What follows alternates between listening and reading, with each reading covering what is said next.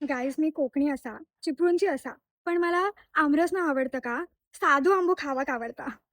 म्हणून मी ना आज विचार केलाय, की मी आज एवढ्या गावी आली आहे, तर मी आज स्वतः घरी स्वतःच्या हाताने आमरस बनवते. कारण मला एरवी तर असं आमरस नाही आवडत खायला, पण आपण बघूया आज आपण बनवू. मी मस्तपैकी आंबे भिजत ठेवले होते म्हणजे त्याची हीट निघायला. आता आपण पटकन आमरस करायला चालू करू. उत्साहाने मी मस्त 4 आंब्यांची वाट लावायला निघाली आहे. जसं आई मला सोलते तसंच मी आंब्यांना सोलण्याचा माझा हा प्रयत्न. माझ्यामधली नुसतं आंबो खायचो ही चूल जात नसते हे बघून समजतच असेल तुम्हाला. मी शेफ आहे हे प्रूव्ह करायला असे अस्थेटिक शॉट्स घेते मी. आंब्याचा एक गुण पण वाया नाही जायला हवा, सो मी हे हरकते करतेय. ते करता करता माती खाणं इज इम्पॉर्टंट. थोडं मिल्क ॲड करते to make it creamy and गोड बोलण्यासाठी ही साखर पण. मग त्यानंतर आईचं डोकं जसं मी 2 मिनिटात फिरवते तसंच हे आंबे पण मिक्सरला लावून फिरवायचे. गाईस मी सक्सेसफुली आमरस बनवलेला.